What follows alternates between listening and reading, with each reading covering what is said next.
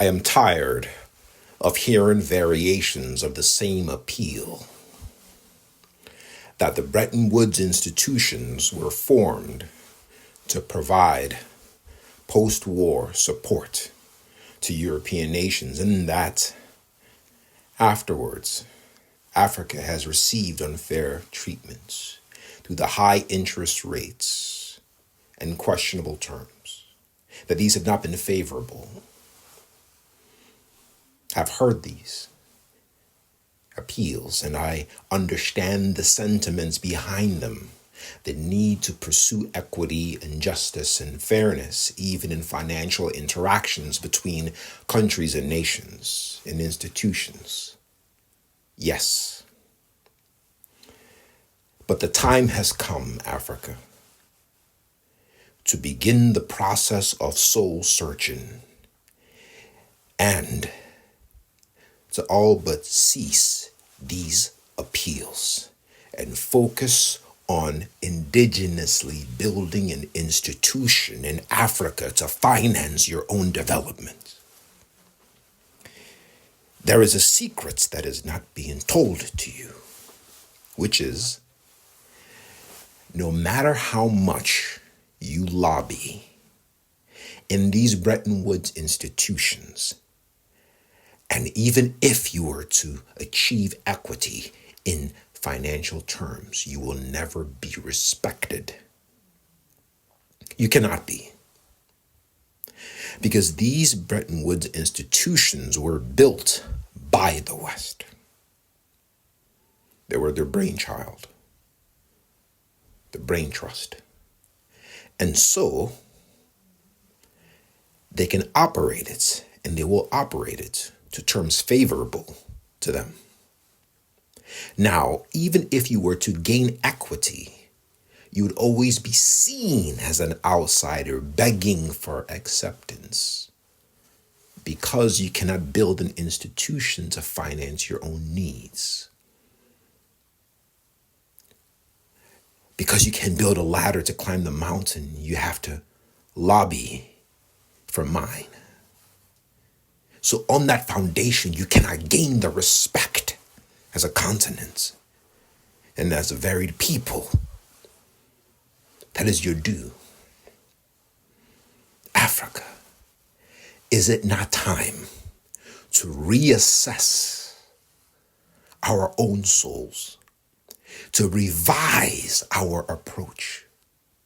And instead of considering these institutions to be the sole dispensers of your financial needs and those of the world, is it not time to harness our own God-given abilities, our natural resources, and utilize our own powers to form something new? Is that not part of the reason we exist as human beings, to form, to create? We were given abilities for that purpose. Why do we need to rely perpetually on what is outside of Africa for us to develop? That is the central theme. And I understand there's a transition and there's a process. But transitions is just that, transitions. But is there an agreement? Is there a vision towards building an institution? Look at Africa. The resources, the minerals, the rivers. Look at it. Look at all that it is endowed with. And you are asking for money to develop.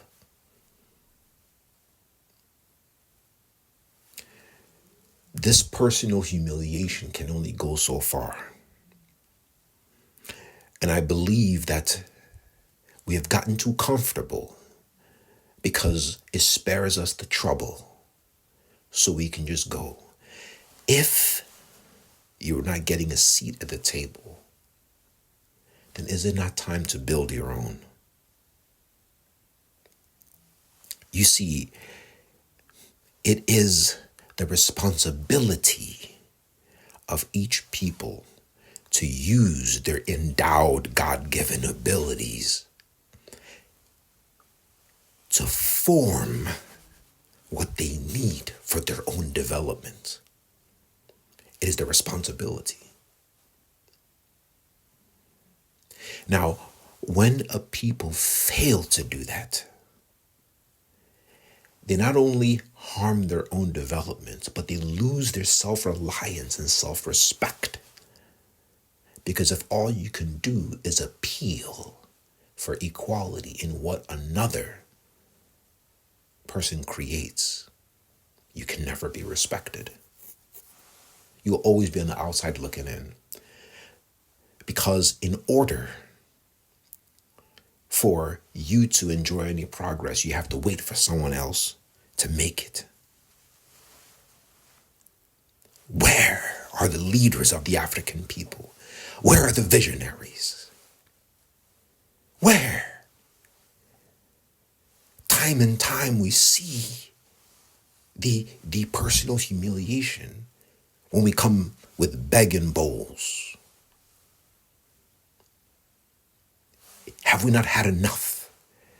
Do we not take ourselves seriously enough to form our own initiatives, our own agendas, and our own visions for our own progress? Do we take ourselves seriously enough to try to at least struggle for what we need? This struggling is a noble struggle against the indolence of outsourcing what should be personal reliance. That's the struggle. The fact that something can be given to you so easy, but because you have enough self-respect, you choose to walk the difficult path of forming anew. That's the self-respect I'm talking about. You see, it's that same self-respect that when African countries were gaining independence, one of the first things what the OAU agreed to is to keep the current borders, because it saves us the difficult work of reconstructing Africa through our own energy and original inspiration. So we'll rely to maintain the borders that was formed for us in 1885 in the Berlin Conference away from Africa. We began this period of this post-colonial period with conceding our own personal autonomy. Because you see, in life, you either pay now or you pay later, but nothing comes free. So that struggle we thought we were sparing ourselves on the front end, we're now paying for through constant instability in the continent, constant ethnic clashes. So you see, yeah, there are many factors involved, but the fact is, we thought we were saving ourselves. The difficulty of reconstructing Africa in our own image. But see, that pain we avoided of making the necessary structural changes, we're now reaping many times over through constant instability. So you see, we gain nothing through that experiment. The point of that is that anytime we are faced with a decision, we must choose the path that will enable us to do the difficult work of looking within and building anew. It might take a while, but that is how you gain strength, reliance, and self-respect. So stand up, my people. Straighten your backs. Look within and form from your own inner beings what you need for your own development. All that was formed in the past in Africa came from the inner beings of the Africans. You see, the same living power that flows through the West, the East, from on high flows through you. Use your abilities to harness this living power and give form to it in a way that will further nature, your environment, your culture, your continent, and in a unique indigenous way that will enable you to stand on a firm foundation, rising strong, and then gaining that respect as a people, although varied, but united in that holistic identity of being an African. Rise, my people. Stand up. It is time for nation building. No longer begging and hoping to gain equity. No, but standing tall and proud, looking within and building energetically with a vision, implementing strategy, and being faithful to it. It is time to rise, my people. I am Dr. Ikenna Ezealah, and this is my message